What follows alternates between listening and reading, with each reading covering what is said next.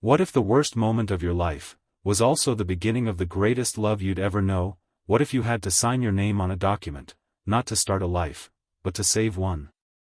What if the man across the table was dangerous, powerful, feared by hundreds, and yet looked at you like you were the only real thing in a room full of shadows? This is Sophia's story. And I promise you, by the time it ends, you will never look at love, sacrifice, or second chances the same way again. Stay with me. This one is going to stay with you. She was 28 years old, brilliant, and completely out of options. Sophia Turner had the kind of quiet beauty that people noticed but never quite described, dark eyes that held intelligence, hands that were always slightly ink-stained from the notebooks she filled with lesson plans she'd never use, because the teaching career she'd dreamed of had been swallowed whole by her father's gambling debts. $200,000. That's what her father owed to men who didn't send polite letters. Men who broke furniture. Men who broke fingers. Men who had already visited the family home twice, leaving terror behind like a calling card. 6 months of sleepless nights. Loans denied. A crowdfunding campaign that raised $3,000, barely enough to cover 1 month's interest on a debt that kept growing like something alive. Then an offer came through intermediaries, the kind of offer that only exists in stories you pray never happen to you: marriage. In exchange for a clean slate, the man making the offer was Anthony Colombo, 34 years old, head of one of New York's most powerful organized crime families. Every photograph she found showed a man with dark hair, a jaw carved from stone, and eyes that seemed to be calculating the weight of everything they looked at. The registry office in Lower Manhattan smelled like old paper and desperation on the morning she signed her name. Her sister Ashley gripped her hand so hard it hurt. "You don't have to do this. We'll find another way." But there was no other way. Sophia had searched every corner of every other way. There was nothing left. She pressed the pen to paper. Her hand barely shook. Ring the man she expected, and the one shot. Sophia had prepared herself for a monster. Anthony Colombo stood across the registry desk signing documents with elegant precision. Charcoal suit, white shirt open at the collar, an expensive watch catching the cold light. Everything about him was power and money and quiet danger, but when he looked at her, really looked, his expression held something she hadn't prepared for: curiosity. Maybe even gentleness. "The debt is cleared," he said quietly, handing papers to his lawyer.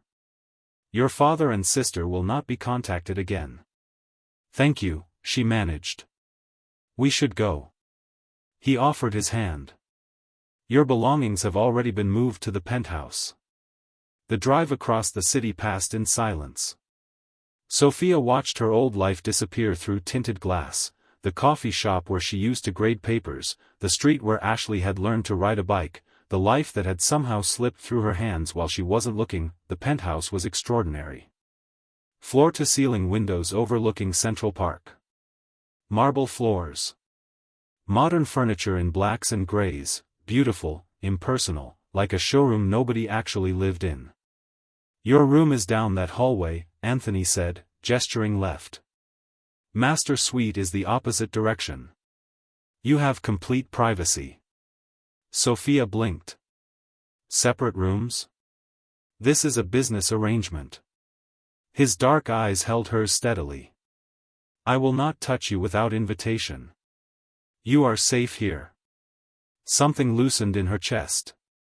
She had braced herself for so much worse. She retreated to a room 3 times the size of her old apartment, unpacked by invisible hands, and sat on the edge of a bed with luxury sheets and cried silently into her palms. She was 28 years old, and this was her life now. Open book. The slow unraveling. The first month passed in careful distance. Anthony left early.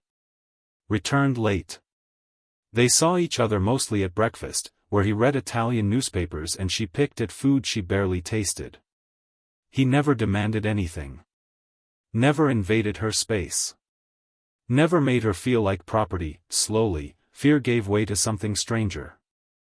Curiosity. One evening, she found him in the living room watching an old Italian film, black and white images flickering across a massive screen, a love story set in post-war Rome. "Do you mind if I watch?" she asked from the doorway. "Please," he said, with a glance of surprise she found oddly touching. She sat at the opposite end of the long sofa. The film had subtitles. Beautiful cinematography and tragic romance. "My grandmother loved this film," Anthony said during a quiet scene. "She made me watch it dozens of times as a child. She raised me after my mother died." His voice softened with memory. "Taught me that strength and gentleness are not opposites." Sophia looked at him properly for the first time in weeks. Saw past the intimidating exterior to something more human underneath. They began talking. Small conversations that stretched longer each night. He told her about growing up in Brooklyn, the weight of a family empire placed on young shoulders, the loneliness of absolute power. She told him about upstate New York, her dreams of becoming a teacher, the specific ache of watching a parent destroy everything he touched. One evening over pasta carbonara he had made from scratch, real carbonara, not the cream sauce imitation, she said bitterly, "He destroyed our lives. Ashley dropped out of college. We lost the house. And I'm here because he couldn't stop throwing money at card tables." "Addiction is a disease," Anthony said, without judgment. "It does not excuse his actions. But perhaps understanding helps with forgiveness. Do you forgive easily?" His expression darkened. "No. But I am learning." The second month brought unexpected comfort. He started asking her opinion on small things: what to order, which film to watch, whether the new art piece in the hallway was pretentious or interesting. She started leaving her room. Reading in the living room while he worked. Joining him for meals without the heavy silence pressing down on everything. One afternoon he was cooking again and invited her to help. "My grandmother would say a woman who cannot make proper pasta is missing a life skill," he teased, guiding her hands through the dough with patient precision. "And what would she say about men who trap women in business arrangements?" Sophia shot back, but with a hint of something that surprised her. Humor. "That I am a fool who does not know how to properly court a beautiful woman." He said it lightly. But his eyes held hers a beat too long. The air between them shifted. By month 3, the attraction was impossible to pretend away. She noticed everything about him: the way his hair fell when he concentrated, the warmth of his laugh when something genuinely amused him, how his hands moved with the same quiet confidence whether signing contracts or chopping vegetables. She caught him watching her too. Quick glances when he thought she was distracted. His jaw tightening when she wore certain dresses. The way he always positioned himself between her and the door, protective instinct he never announced. Month 4 brought a charity gala. A business obligation he had planned to attend alone. "Come with me," he said over breakfast. Not a command. An invitation. The boutique he arranged was exclusive and overwhelming, but the dress she chose was burgundy silk that draped elegantly, beautiful without trying too hard.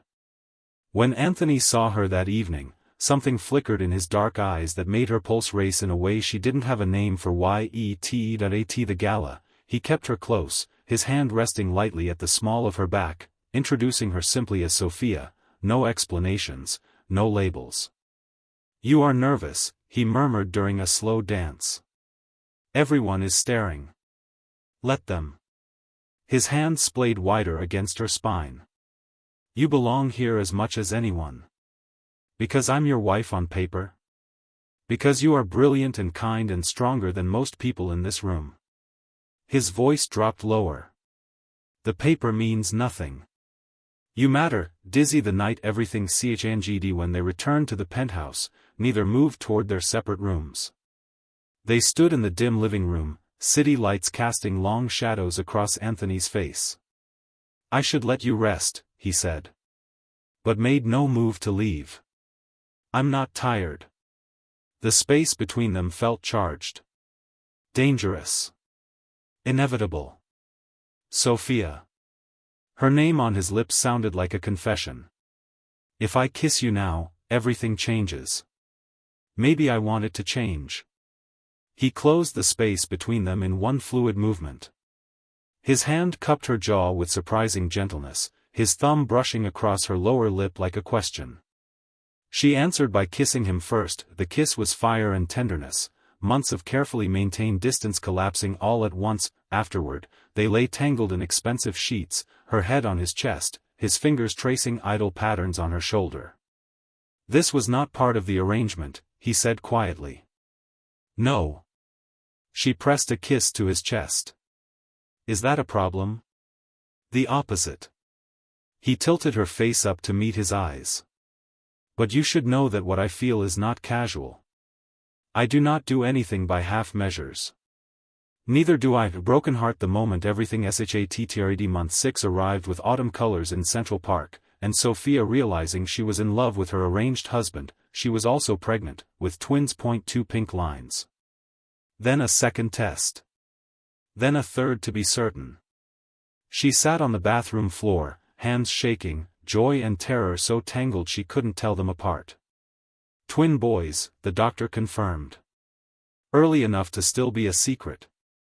Real enough to change everything. She planned to tell Anthony that evening. Imagined his face, surprise, then joy. They could be a real family. Turn this arrangement into something genuine and permanent. She returned to the penthouse humming softly, hands resting unconsciously on the barely there swell she could still hide beneath her clothes. Then she heard voices from Anthony's office. The door stood ajar.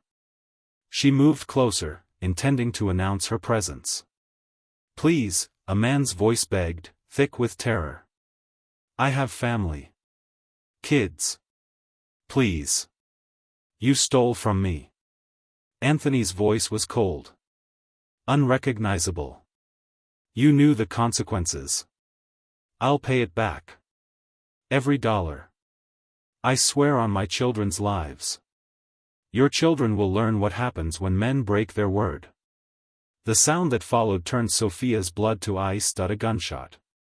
Muffled but unmistakable. Then another. She pressed herself against the hallway wall, heart hammering so hard she could feel it in her teeth. Through the cracked door she saw Anthony, suit jacket removed, white shirt stained dark, holding a gun with the calm expression of a man signing a routine document. "Clean this up," he said. "Make sure his family gets the message." Sophia backed away. Made it to her room. Locked the door. This was who he really was. Not the man who cooked pasta and watched old films and made love to her like she was something precious. This man executed people in his home office and felt nothing. Her hands went to her stomach. Twin boys. Who would grow up in this world? Who would learn that power comes through violence? She packed a single bag with shaking hands. Took the cash she'd been quietly saving. Left her phone. She knew it could be traced. At 3 in the morning, while Anthony slept, she wrote a letter with tears blurring her vision. "I cannot raise our children in a world of death. Forgive me. Sophia." She left it on her pillow and walked out into the cold October night. As the bus pulled away from New York, Sophia pressed her hand to the window and watched the skyline disappear. She was 28 years old. Pregnant with twins. And running from the only man she had ever truly loved. Because sometimes love is not sufficient when the cost is your children's souls. 3 years will change everything. Or so Sophia believed. In part 2, Anthony finds her. And what he has done in those 3 years, will break your heart in the most beautiful way possible. Don't go anywhere. Part 2 is where this story becomes something you'll remember for the rest of your life. 3 years changed everything and nothing. Sophia Turner, not Columbo, never Columbo, she had made sure of that, stood behind the counter of Storybook Corner, a small independent bookstore in downtown Portland specializing in children's literature. Her hands moved automatically through picture books while her mind ran through the afternoon schedule. Luca had art class. Matteo needed his blue jacket, the only jacket he would consent to wear, a stubbornness that she refused to examine too closely because it looked so much like someone she was trying to forget. The twins were 3 years old. 3 years of building a life from scratch in a city where no one knew her real name or her past. 3 years of double shifts and a cramped 2-bedroom apartment in a neighborhood safe enough. 3 years of looking over her shoulder, waiting for Anthony Colombo to appear. He never came. Part of her had wondered if he ever looked. Maybe she had imagined the depth of feeling between them, projected her own desperate need for connection onto a powerful man who felt nothing. Maybe it had always been only a business arrangement, and she was the only one who had let it become something more. The door chime rang. Sophia glanced up with her practiced customer service smile. Her heart stopped. Anthony Colombo stood just inside the entrance, backlit by autumn sunlight. Dark jeans. Black sweater. Casual clothes that somehow made him look more dangerous rather than less. His hair was shorter. His face thinner, sharper angles deepened by shadows under his eyes that spoke of too many sleepless nights. But those dark brown eyes were exactly the same. And they were locked directly on her. Speaking head the coffee shop. I don't know you, Sophia whispered. Please leave. We both know that's not true. He placed a photograph face down on the counter. When her trembling hands turned it over, she saw Luca and Matteo at the playground near their apartment. Taken recently. Maybe last week. Cold terror flooded through her. There's a coffee shop 2 blocks north, Anthony said quietly. Meet me there in 10 minutes. Or I will wait here until your shift ends. Your choice. He turned and walked out before she could respond. The coffee shop was aggressively Portland, reclaimed wood tables, fair trade everything. Anthony sat in the back corner, 2 cups already waiting. He stood when she approached, old-fashioned manners she had somehow forgotten. How did you find me? She asked, wrapping cold hands around the warm cup. Your sister. His tone held no apology. 18 months before she mentioned Portland in a phone conversation. Another year to narrow your location. 6 months to confirm. 3 years, Sophia said. You've known for 6 months and you're only here now. I wanted to be certain you were safe and stable before I disrupted your life. His jaw tightened. I am many things, Sophia. But I am not cruel without purpose. You're also a killer. The words burst out before she could stop them. I saw you. That night. The man in your office. I know. Anthony's expression didn't change. I found your letter. Read it approximately 1,000 times. Then you know why I left. I know why you thought you had to leave. He leaned forward slightly. The man I executed that night was not innocent. He had stolen $300,000 from my organization and used that money to fund a human trafficking operation. He was selling children, Sophia. Children. She looked up sharply. I am not asking you to condone what I did, Anthony continued. I am asking you to understand that my world is not black and white. But I have also spent 3 years transforming my business so that my sons will inherit something cleaner than what I received. He slid his phone across the table. Financial documents. Legal filings. Business registrations. Sale of illegal operations. Transfer of territories. Investment portfolios, real estate, restaurants, entirely legitimate enterprises. All of it dated across the past 3 years. You did this, she said slowly, because of what I wrote in the letter? I did this because you were right. His voice roughened with emotion. I did this because the woman I love told me she couldn't raise our children in my world.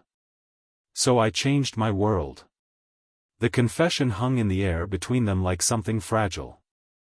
The next morning, Anthony arrived at exactly 10 o'clock, carrying bakery bags and something inside himself that looked terrifyingly close to hope. The twins were eating cereal at the kitchen table. Matteo jumped up immediately, always eager for new experiences. Luca remained seated, watching with careful brown eyes that missed nothing. Anthony did something Sophia hadn't expected. He knelt. Lowered his considerable height down to the boys' eye level, bringing himself to them rather than looming over them. Hello. My name is Anthony. What are your names? Matteo spoke first, predictably. I'm Matteo. That's Luca. He's shy but I'm not. A hint of a smile touched Anthony's mouth. I brought chocolate croissants and apple turnovers. I like chocolate, Matteo declared. Luca remained silent, studying Anthony with an intensity unnerving in a 3-year-old. Over the days that followed, Anthony returned each morning like a quiet tide coming in. He brought Italian fairy tales with English translations and read them with different voices for every character, making Matteo giggle and pulling rare smiles from serious Luca. He brought ingredients and taught them to make pasta dough, flour ending up absolutely everywhere, the boys delighted by the squishy texture. By the 4th day, Matteo ran to the door when he heard the knock. Anthony's here. Sophia watched from the kitchen as the man she had fled from sat cross-legged on her living room floor, building block towers with their sons. He wore jeans and a casual shirt, hair slightly mussed, laughing when Matteo deliberately knocked the tower down. The domesticity of it was disorienting. This was not the feared mafia boss. This was just a father, learning his children, making up for lost time with desperate focus. One afternoon, Luca spoke the words that undid everything. We don't have a papa, he said simply, matter of fact, the way only small children can state devastating truths. Anthony paused. When he answered, his voice carried genuine emotion. Would you like to have one? Both boys looked at Sophia. She felt the full weight of their innocent expectation, 3 years of choices she'd made for them pressing down on her chest. Speech ballooned the revelation that changed everything. On the 5th evening, after the boys were asleep, Anthony lingered by the door. There is something you should know. About your family. Sophia tensed. What about them? I have been supporting them financially for the past 3 years. He said it without defensiveness. Your father's auto repair shop was struggling. I bought the building, reduced his rent to sustainable levels, directed business his way. Your sister Ashley received a scholarship to finish her degree, established through a shell corporation. Sophia stared at him. You manipulated my family? I cared for the people you love because you could not be there to do it yourself. His tone sharpened slightly. Your father is healthy and stable. Ashley graduated with honors. She is now a teacher in Syracuse. He paused. I knew you worried about them.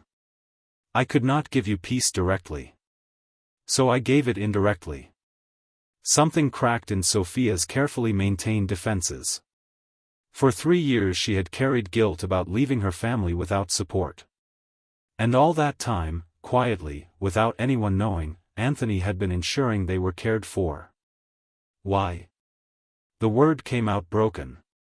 Because I love you. He said it simply. Devastatingly. Because even when you ran, even when you took my children and disappeared, I never stopped loving you. I was angry. I was hurt. But I wanted you safe and happy. And I knew you could not be happy if your family suffered. You can't just say things like that. Why not? It is true. He reached out slowly, giving her time to step away. When she didn't, his hand cupped her cheek with heartbreaking gentleness. I have made many mistakes, Sophia. I have hurt people. I have done things I cannot undo. But loving you was never a mistake. Loving our sons is not a mistake. And I will spend however long it takes proving that I can be what you need. His thumb brushed away a tear she hadn't realized had escaped. I don't know if I can trust you again, she whispered. Then I will earn it back. Day by day. Visit by visit. His dark eyes were steady and sincere. I am not going anywhere, darling. Not this time. High voltage danger returns, and so does the truth. The photograph arrived on a Tuesday morning, slipped under the apartment door. Inside, a picture of Luca and Matteo at daycare, taken through the fence with a telephoto lens. 3 words on the back: beautiful boys. Fragile. Sophia's hands trembled. She shoved the photo into her purse before the twins could see, forced brightness into her voice at the breakfast table. More messages followed. More photographs. A picture of herself leaving the bookstore. And then, on Friday morning, the one that brought her to her knees. Luca and Matteo. Asleep in their bedroom. Photographed through the gap in the curtains she always left open because Luca was afraid of complete darkness. Someone had stood at her son's window in the middle of the night. The note was longer this time. You took something precious from Anthony Colombo. He will understand what it feels like when we take something precious from him. Unless arrangements can be made. Sophia grabbed her phone with trembling fingers and called Anthony. He answered on the first ring. Someone's been watching us. Photographs. They were outside the boys' window last night. Anthony, I need help. I need you to protect them. I am on my way. His voice was ice and controlled fury. Do not open the door for anyone except me. I will be there in 8 minutes. He arrived in 6. Within minutes, his team had identified the threat: Bratva. Russian organized crime. People who wanted leverage over Anthony through the family he had stepped away from the underworld to protect.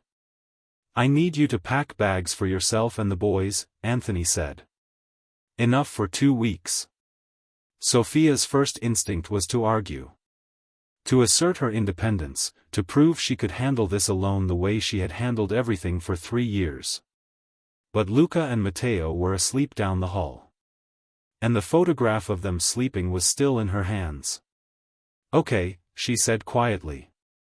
Anthony looked at her, really looked, and nodded once. Thank you for trusting me. The secure property in the Cascade Mountains was beautiful in the way that places untouched by the world's noise are beautiful. Pine trees and silence and stars visible in a way they never were in the city. Matteo declared it basically a castle, within 30 seconds of arrival. Luca stood on the porch and quietly said it smelled like books, which made no sense and was absolutely perfect. Anthony's security team worked invisibly. The threat was neutralized within 4 days, quietly, efficiently, without the boys ever knowing anything was wrong. But what those days in the mountains did was something else entirely. They cooked dinner together every night, the 4 of them, Flower and Noise and Matteo's running commentary on everything. Anthony taught Luca to play chess on an old board they found in a closet. Sophia sat beside the fire in the evenings while the boys slept, and they talked, the kind of talking that fills in 3 years of silence. One night, the question she'd been carrying finally came out. Do you regret it? The life you gave up? Anthony considered the fire for a long moment. I regret the harm I caused before I understood what truly mattered. I do not regret a single step of what came after your letter. You rebuilt everything. I was given a reason to.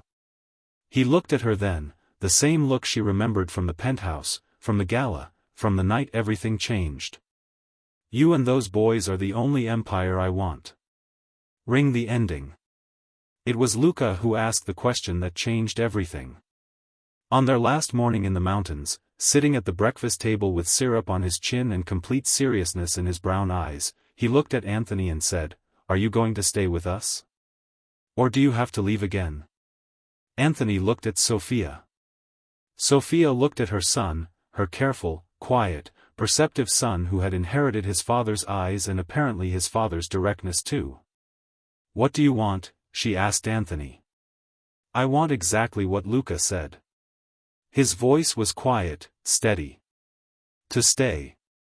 Not as a visitor. As family. It wasn't a dramatic moment. There was no grand gesture. Just Sophia looking across the breakfast table at the man who had changed himself completely because she had asked him to, who had cared for her family when she couldn't, who had waited 3 years and then shown up not with threats but with pastries and Italian fairy tales and patience. Then stay, she said. Matteo cheered loudly enough to startle the birds outside. Luca simply smiled, small and satisfied, like a boy who had known all along exactly how this story was supposed to end. Rose, the life lesson. Here is what Sophia and Anthony's story teaches us, if we're willing to hear it. Running from love is never as safe as it feels. Sophia ran to protect her children, and that instinct was right and real and good. But she also ran from a truth she wasn't ready to face, that people are not just the worst thing they have ever done. That transformation is possible. That love, when it is genuine, does not demand that you be perfect, only that you be willing to change. Anthony teaches us that love is not a feeling. It is a decision made every single day. He didn't write poetry or send flowers. He dismantled an empire. He showed up with croissants and fairy tales. He waited. He earned. He changed. Not because someone forced him. Because he finally understood what was worth protecting. And the twins, Luca and Matteo, remind us of something we adults forget: children don't need perfect parents. They need present ones. They need to be seen, to be read to have someone kneel down to their level and take their questions seriously. Love, in the end, is astonishingly simple. We are the ones who make it complicated.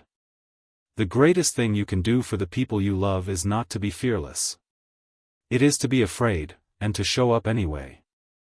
Megaphone final message to the audience. If this story touched something in you, if Sophia's courage or Anthony's patience or two little boys asking for their father made your heart ache in the best possible way, then you already know why these stories matter. Because we all carry something we're afraid to go back to. A love we left. A bridge we burned. A version of ourselves we abandoned because the world made us feel like it had to be that way. But it doesn't have to be that way. Love, real love, is patient enough to wait. Strong enough to change. And brave enough to kneel down and say, I am not going anywhere. Not this time. If this story moved you, share it with someone who needs to hear it. Leave a comment telling us what part hit you hardest. And if you want more stories like this, stories that remind you what human beings are truly capable of, then subscribe and stay with us. We'll be here. Telling the stories worth keeping.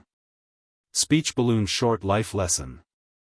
The people worth loving are not the ones who never hurt you, they are the ones who face what they did, change what they can, and show up anyway. And the love worth keeping is not the one that was never tested. It is the one that survived the test.